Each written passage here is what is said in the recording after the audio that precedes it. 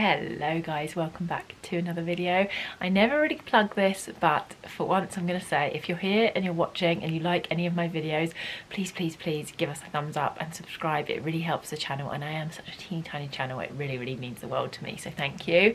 But let's get into it. This video is going to be all about Alfie's birth. I did make some notes on my phone just because I don't want to forget mentioning a few things. Whenever I try and put a video together, I always watch it back and then think, oh damn, I should have said this and should have said that. So I'm going to hopefully touch on everything because there's quite a lot to tell you with this, and it was quite interesting. I actually love listening to other people's birth stories. I know I'm not the only one. It's just fascinating, isn't it? And I feel like no one's are ever the same. Everybody's experience is different, and everybody's experience with multiple children is different, which I can attest to. I'm going to put the link to the boys' birth up here. If anybody doesn't know, I'm a mum of 3 boys. The first 2 were twins, and they were born September of 2020, so I'll put their birth video here. But they were basically born by planned C-section, and there was a few reasons for that, but some of the main reasons are: 1, it was the middle of COVID; 2, we were living in the States and we had no family or no support network really,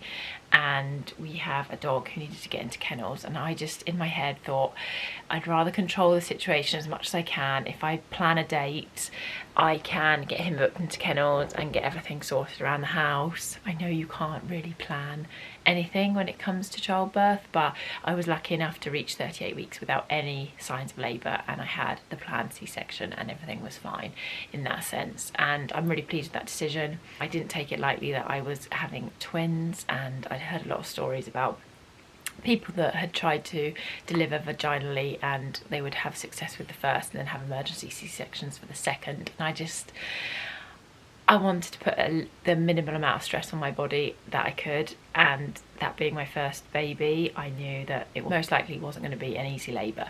So yeah, you can watch that video up here where I talk all about their birth. But on to Alfie's birth. He was my 3rd little boy, and his due date was April 12th. So I think it was about a week before, it was around Easter weekend, I started to feel very tired and run down. I thought I was getting ill, and I think that's actually part of labour coming on. You do start to feel ill. So yeah, that was Easter weekend, and I had planned on April 4th, which I think was Thursday, to go and visit my mum. She lives about an hour and a half away from where I live, and we were going to stay the night because it was the Easter holidays, and it was just something the boys were looking forward to and something I was looking forward to as well. Cook dinner, being taken care of a little bit, and having the boys entertained for a day or two in the Easter holidays when I was that pregnant was lovely. I would have been about 39 weeks pregnant then, and what's funny to me is my mum had actually texted me like a week or 2 before then, a bit concerned about me going in case I went into labour. What would we do? Because the hospital that I'm due to deliver at is like 2 hours from her, and obviously I wouldn't be with Alid, he'd be working, and I'd have driven there and all these different things. And I was like, don't be silly, it's never going to happen that early. I didn't even have any feelings of labour with the twins, so why on earth would this 3rd baby come? And my body hadn't been through labour, so it was basically like having my first child. And I was so sure that I'd be like over 40 weeks before he came. But there I was, lying in bed. I wake up at 2 AM to some pains.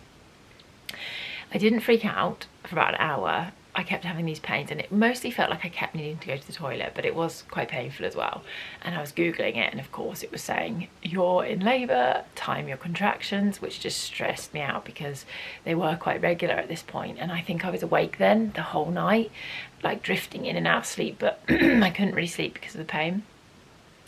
Boys wake up at like 6 to 7. I went straight in their room, and I was having an hour what to do because I thought if I told my mum she would freak out and be like, I told you this would happen. But no, I had to tell her and my stepdad, and they were like, okay, let's figure out what to do. And I didn't want to let the boys down. We were due to go pottery painting and they really wanted to do it, and I also just felt, you have an intuition, don't you? But I just felt like this the baby is not coming yet, even though I'm experiencing these pains, and I just wanted to take my time and not rush. So we actually ended up, I think, until about 3 PM.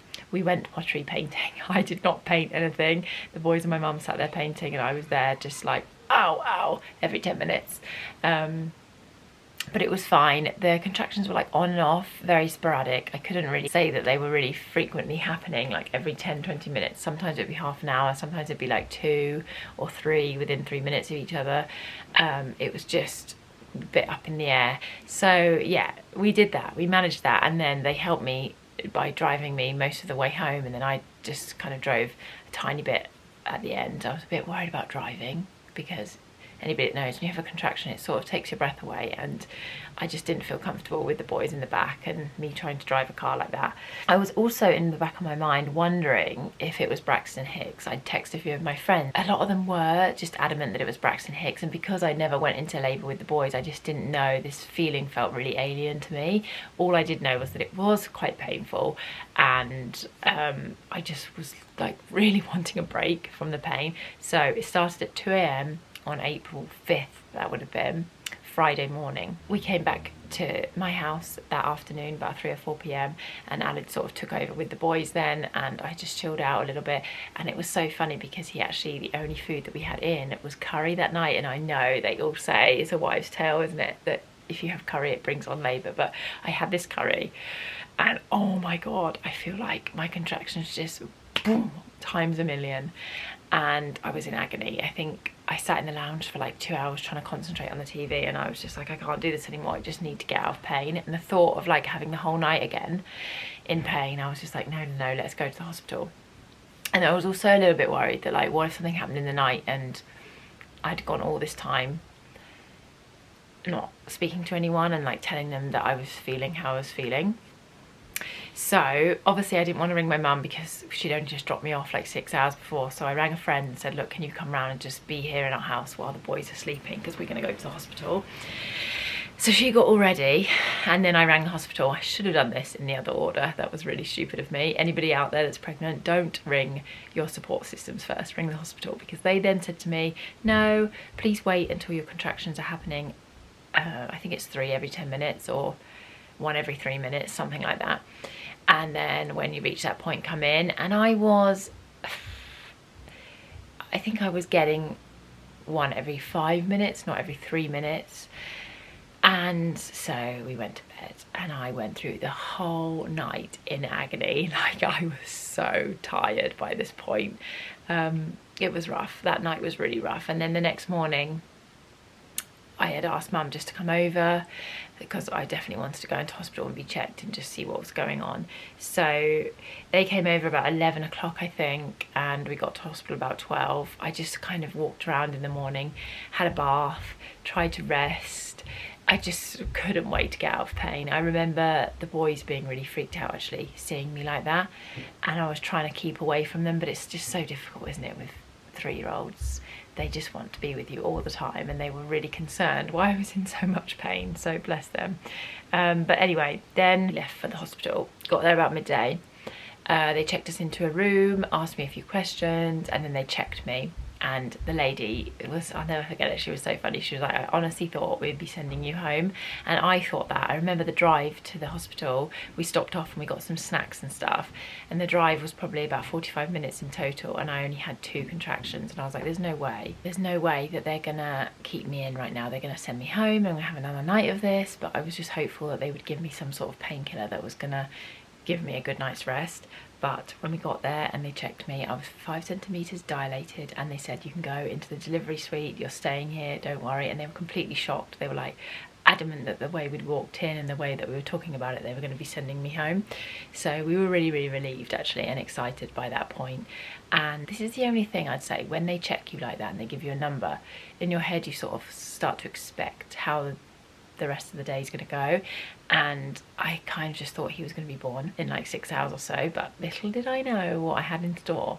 So that was about 1 PM now. We went into the delivery suite. They gave me gas and air, and I lay there for hours, it felt like. I don't think anybody came back in to check me. Obviously they come in and they do all the checks on the heart rate and stuff, but that was one thing that really shocked me that I didn't realise. Obviously I had all the heart monitors strapped around me when I had the boys because they were twins, but I didn't know once you've had a C-section they then do that again for a vaginal delivery. So I had all those straps on again, measuring the heart rate, so I couldn't move. And I found it so difficult to cope with the pain being stuck in one position on the bed. like all I wanted to do was move when I felt pain and lay down, and just that's what I was doing all night. And I felt so uncomfortable trying to keep these straps on, and they kept saying like, please try and keep these straps on, don't keep moving, and it was just so difficult and so uncomfortable. So I managed to get through till 8 p.m. I think, or may have been a bit earlier actually. I think I may have asked for Pitocin about 6 p.m. or something, and that helped. But it was more like a numbing effect. I just didn't feel anything for a while, and then it all came back again. And then 8 p.m. somebody came in to check me, and they basically said that they hadn't been checking anybody because there were so many emergencies coming into the hospital that night, and they just didn't have enough staff if they were to check me and everything like advance quickly, which stressed me out. I was like, so you're basically telling me if I have this baby right now there's not enough staff? But anyway, that didn't happen. 8 p.m. someone came in and checked me, and I was only 7 centimeters dilated, and I felt this wave of like, oh my god, I can't keep doing this. I thought I was going to be a lot further along then. It kind of sent me in a spiral, so I decided to get an epidural because I just couldn't cope with the pain anymore.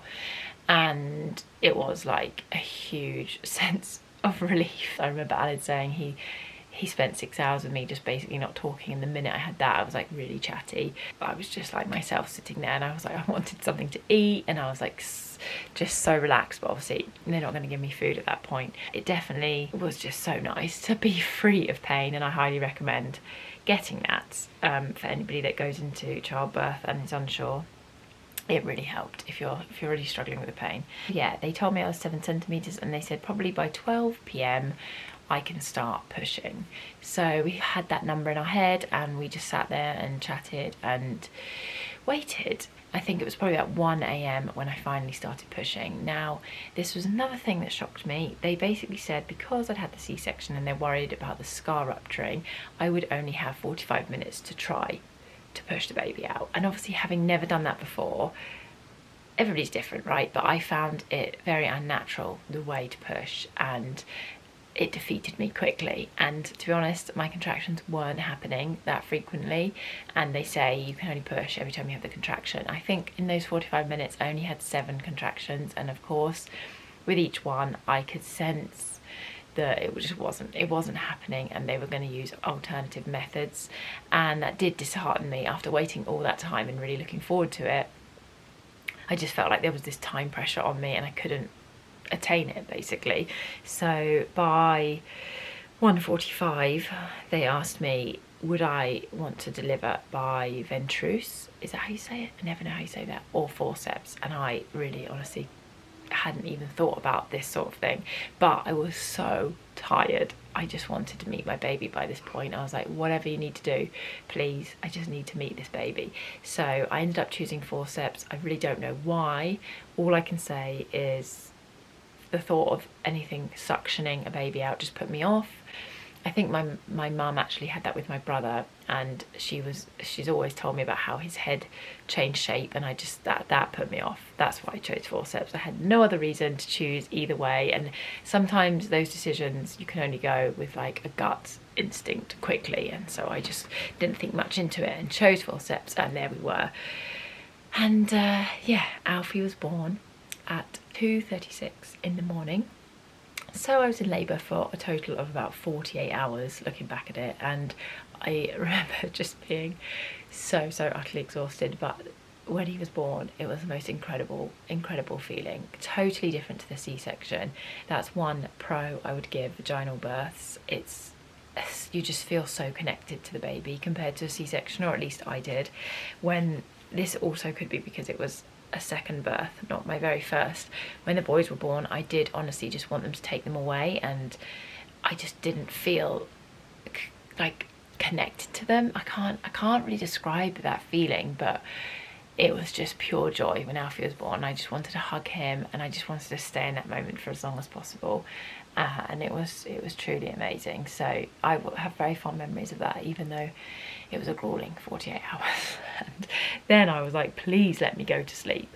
But after him being born, there was quite a lot of commotion, and I did not get to go to sleep quickly. And I don't remember it all that well. Obviously, when you just had a baby, you're all over the place. Basically what happened was there's things called swabs when you have a baby, and they are like repairing everything down there. and they're basically like a string, a red string, and they have to count them and keep them safe in containers that are visible. And I don't really know whose job it is, but what happened is one of these strings went missing, and it was a huge hoo-ha. They'd sewn me up and the string was missing, and they were worried that it was inside me. They were searching everywhere for this string, and it was never found, so they assumed that it was just got lost in the bin. Obviously everything is looking red because of the blood, so a red string is like impossible to find, but it was quite a dilemma. They had to recheck me for this after I'd been sewn up, which obviously I had medicine, and like I was completely numb still at that point, so I couldn't feel it. But the next day, before they discharged me, they had to check again, and honestly I've never felt pain quite like that, and it was just a bit of a shame. I don't really know what happened. I feel like the midwife that was there in my room with me throughout the whole process of Alfie being born, she was from an agency, she wasn't like a regular staff there, and I feel like they may have sacked her at that point where the string went missing, because she disappeared and I never saw her again, or it was just like the time that her shift ended. But it was really bizarre that I never saw her again, and they sort of left me in this room for ages. I had to buzz the bell back for them to come and like clean everything away from me so that I could go to sleep and take all the straps off my back and things. So that was really bizarre and a bit disappointing at the end. But yeah, I managed to get like 2 or 3 hours sleep, and then the manager on duty came in and was like, "Are you ready to go home?" And I was like, "No." But believe it or not, somehow Alid came back at like 9 AM and we were gone by 12 PM that day, which is insane to me. When I had the boys, I was there for 3 days, and I was actually quite looking forward to like a night in the hospital to recover and just to be with Alfie without coming back to the boys. But it just so turns out that they were keen to get rid of people. They didn't have enough space in the hospital. They didn't have a postpartum suite for me to go to, so I was just still in this delivery bed with the like whole thing that you have. I was so uncomfortable, and by that point I was like, do you know what, I would just rather go home and go to my comforts and go to my bed and show everyone my new baby. So that is the story of Alfie Greorge Jenkins' birth. He weighed £7.11. He was born at 2:36 AM on Sunday the 7th of April. And I will never forget that he came a week early, because we were really not expecting that. So it was funny. It's a story I'll never forget. The boys actually painted Alid a birthday mug in the pottery place. Well, my mum did it for them, but every time he drinks from that mug, I'm like, oh my god, the memories. So yeah, I would love to compare the two births, to be honest, but it's just so hard. There's so many pros and so many cons. I would probably say just the experience of having Alfie was just so much more, it felt much more natural for me. And the euphoria that you feel when the baby is born compared to when you have a C-section is absolutely a feeling that I would 100% want to experience again. It was amazing. Not that I will, I'm pretty sure we're done having children, but yeah, I'm so glad that I chose that option this time. I was not pressured, but a lot of people were influencing me to have a C-section, and I stuck with my plan to try a VBAC, and I'm really pleased with that decision. And yeah, hopefully I will forever watch this and remember how I felt. But yeah, that is my story. I hope you all enjoy. Please comment down below some of your own stories and how you felt. If you've had a C-section and a vaginal birth, let me know what you preferred and how your recoveries were. I loved reliving this, to be honest. It's just always such a 1 in a million experience. That time after the baby's born as well, it's just like incredible. Those 2 weeks you're in that little bubble and the baby just sleeps and you're just cuddling them, and everybody's like really close as a family, and we just had such a nice bonding time after that. It was so nice as well because he was born right in the middle of the Easter holidays, so we still had another week where the boys were at home, and it was just such a blessing, because had they been at school we wouldn't have had that time all together to really enjoy it. And the weather was nice, we were outside a lot, and it was just blissful. So yeah, I will always look back at that with fond memories. But that's it for today, guys. I hope you enjoyed this one. Please let me know in the comments what else you'd like to see from us, and we'll see you next week. Bye, guys.